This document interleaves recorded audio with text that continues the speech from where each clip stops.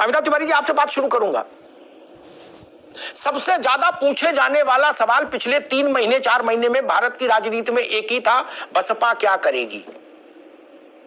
और उसको कांग्रेस की नेशनल लीडरशिप ने और ताप दे दिया था, ये कह के कि मायावती जी के बिना गठबंधन का मतलब नहीं रहेगा, बात नहीं बनेगी, कुछ नहीं होगा, बहन जी को आना चाहिए, हम लोग उनके संपर्क में हैं। तो सबसे ज्यादा पूछे जाने वाला सवाल हो गया था कि बसपा क्या करेगी। बसपा क्या करेगी, मायावती जी ने बता दिया। बसपा अकेले लड़ेगी, उत्तर प्रदेश में त्रिकोणीय संघर्ष होगा और बाकी देश के करीब 8-10 राज्यों में जहां बसपा के पास 1% से लेके और 4% तक वोट है, वहां भी वो कुछ समीकरणों को हिलाएंगी डुलाएंगी। कैसे देख रहे हैं आप, कैसे देख रहे हैं तिवारी जी आप इसको, किसको नुकसान और किसको फायदा? देखिए, कांग्रेस पार्टी बसपा को इसलिए इंडिया ब्लॉक में लाने की कोशिश कर रही थी क्योंकि पिछली बार एक महागठबंधन जो अलायंस था समाजवादी पार्टी बहुजन समाज पार्टी का, वो आज का जो एक इंडिया ब्लॉक का अलायंस है जिसमें सिर्फ समाजवादी पार्टी, आरएलडी और कांग्रेस पार्टी है, उससे कहीं मजबूत था वो अलायंस। तो कांग्रेस की एक कोशिश थी कि अगर बसपा इस अलायंस को ज्वाइन कर लेती है तो एटलीस्ट वोट शेयर के मामले में थियोरेटिकली दोनों का पलड़ा लगभग बराबर हो जाता है और एक कांटे की टक्कर यूपी में उनको ऐसी उम्मीद थी कि हो सकती है। और इस अलायंस से क्योंकि बसपा के पास 1-1.5-2% वोट शेयर अन्य राज्यों में भी है जहां पर दलित आबादी ठीक ठाक है, वहां भी वो वोट कांग्रेस को ट्रांसफर हो सकता है।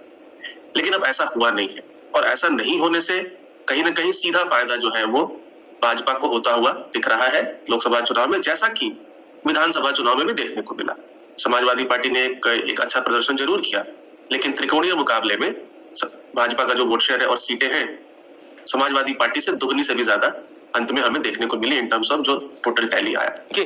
अब इसका कारण एक जरूर हो सकता है कि बसपा के लिए आज भी जो मेन कॉम्पिटिटर है वो समाजवादी पार्टी है उत्तर प्रदेश में, और बसपा को या मायावती जी को कहीं ना कहीं ऐसा जरूर एहसास हुआ होगा कि उनके लिए बड़ी लड़ाई जो है वो 2027 का विधानसभा चुनाव है। अगर वो अलायंस कर लेती है समाजवादी पार्टी के साथ और अगर वो ट्रांसफर हो जाता है थोड़ा बहुत, तो वो उन्हें हाशिए पे ला सकता है 2027 के विधानसभा चुनाव में, जहां उनका वोट प्रतिशत अब सिर्फ 12-13% है और सीटें सिर्फ 1 है, क्योंकि पब्लिक को कंफ्यूजन हो सकता है कि ये दोनों इकट्ठा हैं। तो उन्होंने इस संदेश से ये ऐलान एक तरह से इंडिकेशन दे दिया है कि उनके लिए विधानसभा चुनाव ज्यादा इंपॉर्टेंट है, लोकसभा चुनाव नहीं। और आज भी समाजवादी पार्टी जो है उनकी एक मेन कॉम्पिटिटर है। मायावती जी में खूबी ये है कि वो बहुत ज्यादा लच्छेदार बातें नहीं करती, बातों की जलेबी नहीं बनाती, और ये कला उन्होंने कांशीराम से सीखी।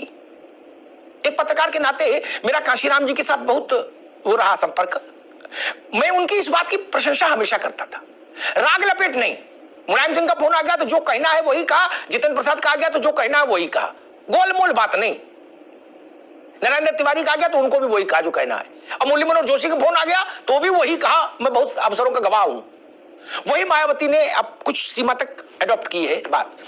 समाजवादी पार्टी उनकी दुश्मन नंबर 1 है, उन्होंने साफ कर दिया। अखिलेश यादव को गिरगिट तक बता दिया, इतना हार्श चली गई लकीर खींचते हुए। लेकिन हिलाल नकवी साहब, आपकी उम्मीदों पर जरूर पाला गिरा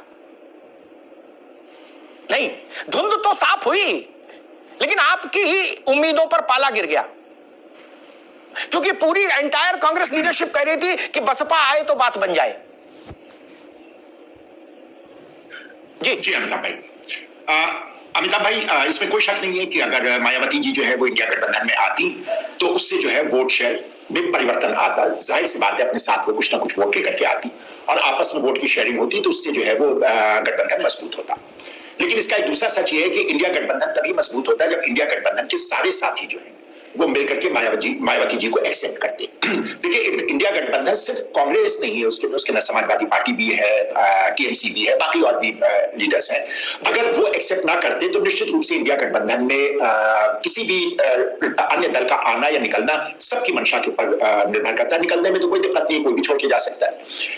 तो इस वजह से मायावती जी उसके हिस्सा होती ना होती, ये अपने आप में एक बड़ा प्रश्न चिन्ह था। जो सवाल आपने पहले पूछा तब भी हमने कहा था कि कांग्रेस अकेले डिसाइड करने वाली नहीं है, इंडिया गठबंधन के सारे घटक है, समाजवादी पार्टी एक महत्वपूर्ण हमारा साथी है इंडिया गठबंधन का, तो इस वजह से सबकी रजामंदी से ही वो इंडिया गठबंधन का हिस्सा बनती। तो ये दो बातें बड़ी स्पष्ट हुई। पहली बात हमने ये कहा कि निश्चित रूप से वो आती तो अपने साथ कुछ वोट लेकर के आती, जब वोट लेकर के आती तो उससे जो है वो लाभ मिलता। अब इसका एक और पहलू भी देखिए, मायावती जी का अपना जहां तक प्रश्न उठता है तो मायावती जी का जो वोट बैंक है वो बहुत हद तक ही खिसक गया है और इस मर्तबा जो रहा साहब वोट है वो भी खिसक जाएगा, क्योंकि अब तक जितने भी नतीजे आए हैं, अमिताभ भाई आपसे ही एक दफा डिस्कशन हो रहा था, तो कमाल की बात है कि बड़े करीब कंटेस्ट दिखाई देते हैं, लगता है कौन जीतेगा समझ में नहीं आ रहा है, लेकिन कोई हंग असेंबली नहीं बनी और पिछले 10 सालों में हंग पार्लियामेंट भी नहीं आया, जनता ने बड़ा साफ मत दिया। तो यहाँ पर वो वोट जो कि भारतीय जनता पार्टी के साथ नहीं था, जो बहुजन समाज पार्टी के साथ था, तो निश्चित रूप से वो वोट जो है वो इंडिया गठबंधन के साथ आना चाहिए। ये कह देना कि 100% आ जाएगा तो जाहिर सी बात है, ये कहना तो एक अपने आप में बेमानी बात होगी, लेकिन इसके अंदर मुख्य रूप से जो उनका वोट है वो इंडिया गठबंधन के पास ही आएगा। इससे भारतीय जनता पार्टी को कोई बहुत फायदा नहीं होगा। अमिताभ भाई एक सेकंड अगर दे तो एक आपको छोटी सी उदाहरण दें। वो जो लोग साइंस के स्टूडेंट है वो जानते हैं कि एक चीज होती है कैटलिस्ट, जिसको हम लोग कहते हैं उत्प्रेरक। तो जो कैटलिस्ट होता है वो जब कहीं जाके मिल जाता है तो वो क्रियाओं को तेज कर देता है, लेकिन कैटलिस्ट अपने आप में उसकी कोई भी जो है वो क्रिया या प्रतिक्रिया नहीं होती। ठीक, अब रुकना होगा, अब रुकना होगा, उत्तर प्रदेश के अब रुकना होगा, अब रुकना होगा। भारत में क्या दुनिया भर में राजनीतिक दलों का एक चरित्र समान है? अंगूर ना मिले तो खट्टे, बोले किसी लायक ही नहीं थे अंगूर, हम तो पहले करे थे, तो खा के गला खराब हो जाता, अच्छा ही नहीं लाए। कल तक पूरी कांग्रेस दिल्ली से लेकर लखनऊ तक मायावती जी की चिरौरी कर रही थी, आरती उतार रही थी। आज का एक कैटलिस्ट है, मिल जाते तो हो जाता, नहीं तो कुछ नहीं। अब तो उनका वोट खत्म हो गया। ये कौन कह रहा? कांग्रेस जिसके पास 2% वोट बचा, वो 13% वाली बसपा को कह रहा उसको खत्म हो गई बसपा। बताओ, अब तो इतनी ठंड भी नहीं पड़ रही, अब तो ठीक ठीक बोलो भैया। 2% वाले कह रहे 13% वाले को खत्म हो गया, इनके पास कुछ नहीं बचा। अभी भी मुलायम सिंह क्या, अखिलेश यादव की पार्टी हो बसपा, उत्तर प्रदेश में मुख्य पार्टियां हैं भाजपा के विरुद्ध। ठीक, कांग्रेस को आप अजीत सिंह की पार्टी के आसपास मान लो, अभी उनसे थोड़ा बेहतर मान लो, लेकिन इन दोनों का क्लास अलग। खैर, मनोज यादव जी, बीच में ऐसी खबरें बताई गई, हुई कि नहीं हुई मैं नहीं जानता, लेकिन बताई गई, चलवाई गई कि भाई बात हो गई। अब कह दिया है अखिलेश जी ने भी बैठक में सबसे कि सब लोग तमीज से बोलो, सम्मान से बोलो, अब बहन जी आ रही हैं, ऊपर बात हो गई है, रूट लग गया है, मामला फिट है। अब आज अपने जन्मदिन के दिन वो सबसे ज्यादा बरसी तो अखिलेश यादव पे बरसी, गिरगिट तक चली गई। बिल्कुल अमिताभ जी, मैं प्रथम भगवान बुद्ध से प्रार्थना करूंगा कि बहन जी दीर्घायु हो, क्योंकि आज उनका जन्मदिन है, और खूब स्वस्थ रहें, और जो राजनीतिक ऊंचाइयां पाना चाहती हैं वो ईश्वर उनको भगवान बुद्ध प्राप्त कराएं। ऐसी उम्मीद समाजवादी पार्टी, हमारे नेता और हर कार्यकर्ता चाहता है। अब बहन जी ने जो कहा आदरणीय अखिलेश जी के लिए, वो उनका अपना वचन है, उनका तरीका है कहने का, उसके लिए समाजवादी पार्टी कोई रिप्लाई नहीं देना चाहती, कोई भी रिप्लाई नहीं। अभी तो उस बात के बदले हम ये कहना चाहते हैं कि उनका सम्मान हमारा सम्मान, उनका अपमान हमारा अपमान। अगर उनका कोई अपमान करेगा तो समाजवादी पार्टी हमेशा खड़ी होगी, वो चाहे दूसरे दल की नेता के रूप में हो, चाहे गठबंधन में रहे या न रहे। लेकिन एक बात स्पष्ट थी कि गठबंधन को लेकर समाजवादी पार्टी से कोई भी वार्ता नहीं, कोई भी वार्ता नहीं। कांग्रेस के उत्तर प्रदेश के प्रभारी का आपने वक्तव्य दिया, और बीजेपी के उत्तर प्रदेश के जो माफ करिएगा कांग्रेस के जो अध्यक्ष हैं अजय राय जी, उनका भी वक्तव्य आपने सुना होगा। उन्होंने भी इस बात को कोट किया कि हमारी बसपा से बात हो रही है। बहन जी ने कांग्रेस का एक बार नाम तक नहीं लिया आज प्रेस कॉन्फ्रेंस में, मुझे हतप्रभ यही लगा, एक बार भी नाम नहीं लिया। अगर एक बार वो कह देती तो हो सकता है, मुझे कुछ लगता है कि शायद हो सकता है कोई बात है, लेकिन खैर ठीक, हो सकता है एक तरफा बात रही हो, या हो सकता है बात न बनी हो, ये भी हो सकता है। लेकिन आदरणीय राष्ट्रीय अध्यक्ष जी का कहना है और स्पष्ट कहना है अमिताभ जी कि इंडिया अलायंस में वो है, और इंडिया अलायंस में वो इसलिए है कि वो बीजेपी को हराना चाहते हैं, और हम बीजेपी को हराने के लिए कोई कसर नहीं छोड़ना चाहते। ठीक है मनोज भाई, मैं आलोक वर्मा जी के पास चलूंगा, फिर जब दोबारा मैं मनोज भाई के पास आऊंगा तो एक प्रश्न पूछूंगा कि 12 वाली बैठक टल गई थी। आलोक भाई आप ही के पास आ रहा हूं, बस एक रेफरेंस छोड़ दूं, 12 ने भूल जाऊं, 12 वाली बैठक टल गई थी, ऊपर से कारण दूसरा बताया गया, किसी का ट्रेन छूट गई, किसी का बस छूट गई, किसी का ठंड ज्यादा है, किसी का व्यस्त है, होना वो कुछ नहीं था। असली बात ये थी मायावती जी का सिग्नल का इंतजार कर रहे थे कि बात बन जाए, तभी अखिलेश यादव के साथ बैठे।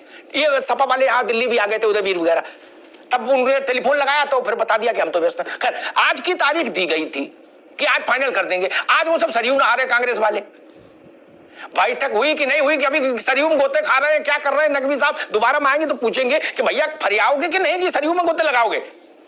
आप भी गजब करते हो, नरेंद्र मोदी के मुकाबले अजय राय को उतार रहे हो, बोले अजय राय तुम जाके सरयू में नहाओ, गमछा पहन के फोटो खिंचाओ। अजय राय को बात बनेगी? बताइए, अजय राय के फेस हो सकते हैं क्या? ऐसा संभव है क्या कि इधर से प्रधान मोदी, उधर से अजय राय? खैर चलो, वर्मा जी, मुझे कई भाजपा के लोगों ने कहा कि भाई साहब आज आनंद आ गया, हम लोग बस इसी का इंतजार कर रहे थे कि बहन जी बोल दे ना, फिर मामला सेट हो जाए। है बोले ऑर्डर दे दिया, मोतीचूर लड्डू मंगवा रहे हैं, है? मतलब कोई मुझे ऐसा आदमी नहीं मिला जिसने कहा हो कि बसपा अकेले लड़ेगी तो बसपा को कोई लाभ होगा, सबने कहा नुकसान होगा। क्या फिर ये मसला क्या? और सबने ये भी कहा भाजपा को लाभ होगा। सपा वाले ना माने, कांग्रेस वाले ना माने, उनकी मर्जी, जिस दिन रिजल्ट आएगा उस दिन मेरी बात मान लेंगे। क्योंकि नेताओं को उत्तर प्रदेश जितना समझ आता है उतना ना सही, लेकिन थोड़ा बहुत तो हमको भी आता है। नुकसान तय है। कैटलिस्ट, साइंस, केमिस्ट्री, फिजिक्स, कुछ बोलो, Guddu Jamali type of model Uttar Pradesh नहीं, देश में हर जगह चलता है। कोई माइकल उसको रोक नहीं सकता। 1000 वोट पे चले और 2.5 लाख पे चले, चलेगा जरूर। आलोक जी, इसीलिए आप लोग इमरती छान रहे हो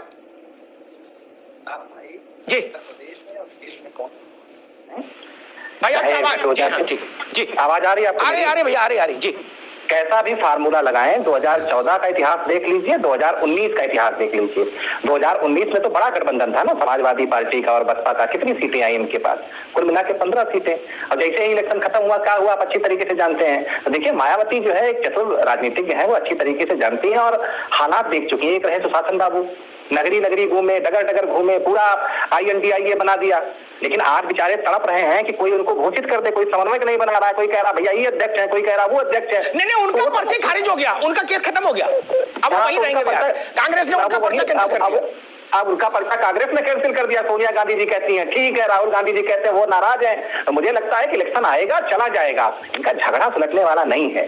तो मायावती जी अच्छी तरीके से जानती हैं कि कैसे 2-4 सांसद अपने बनाने हैं। देखिए 2024 का बच्चे बच्चे से पूछिए, किसी भी गांव में चले जाइए, किसी भी कस्बे में चले जाइए, किसी भी शहर के किसी भी व्यक्ति से आप पूछ लीजिए, जो वोटर है वो बताएगा कि 2024 में मोदी जी ही आने जा रहे हैं। किसी को शक अब रह नहीं गया। अब ये है कि आपका प्रतिनिधि सदन में बैठेगा कि नहीं बैठेगा। तो मायावती जी जानती हैं कि अकेले लड़ेंगे तो 2-4 सीटें निकल आएंगी, कहीं INDIA के खाते में चली जाती।